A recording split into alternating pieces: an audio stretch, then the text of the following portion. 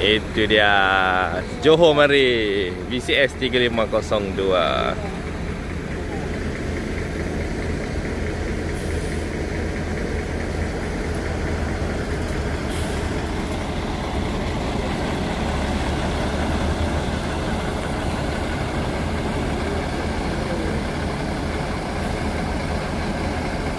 Bas yang ke-9 untuk hari ini. Jadi ada 2 buah bas lagi. Impian Murni Group.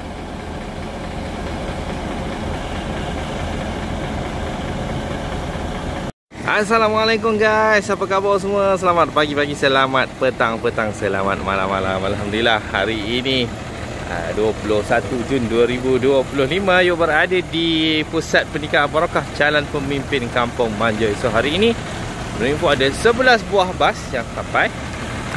Tapi sekarang ada 9 buah bas. Dan yang ini yang paling baru sampai lah. Yang ke-9 lah untuk hari ini. Dan jom kita buat review laju-laju, review ringkas untuk bas yang orang kata cantik. Dan juga boleh dikatakan rare jugalah sebab body Maglis yang dibuat oleh Gemilang ni tak banyak dekat Malaysia ni. Tak banyak company yang guna kan. Jadi hari ini jom kita buat review ringkas untuk VCS 3502 bas yang dimiliki oleh Impian Murni Group ini. Sebelum kita pergi bahagian hadapan, kita tengok dulu bahagian belakang. Tertulis kalimat La ilaha illallah Muhammad Rasulullah di bahagian atas.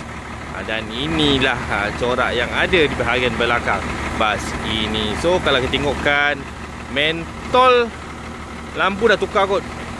Tukar LED lah. Ditukar LED.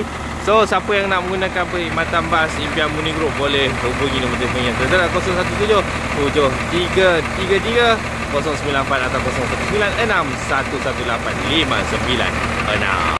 Okey, sekarang kita tengok bahagian muka hadapan dan juga sisi secara penuh. Body orang panggil apa? Body Maglis Maglis yang dibuat oleh Gemilang Coachwork. So simple saja warnanya. Di badan bas ada warna putih, hijau dan juga warna biru. Dan ada 2 pangkah Ada 2 pangkah kat sini. Selalu orang guna 3 pangkah kan. Kali ni untuk bas ini 2 pangkah sahaja. So menarik. Mentol dan lampu ni macam dah tukar. Kalau yang asal tu mentol biasa tu alah biasa-biasa je. Yang ini nampak ada lampu kuning dan juga lampu warna putih. Sekarang kita tengok bahagian mata bertentang mata untuk VCS 3502 bas yang dibuat oleh Gemilang Coachwork. Jadi dekat atas kosong saja, begini saja, dan tertulis Impian Selatan Group. Jom kita masuk ke dalam. Kita tengok serba sedikit bas yang dibuat oleh Gemilang ni. Ni tangga dia. So bersepah tu biasa sebab tengah jalan rombongan. Jadi dia pun tak bersedia nak untuk review. Tapi tak apa, kita tengok dulu.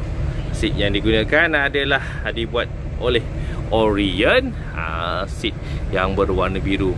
Begitu juga dengan bahagian siling di atas.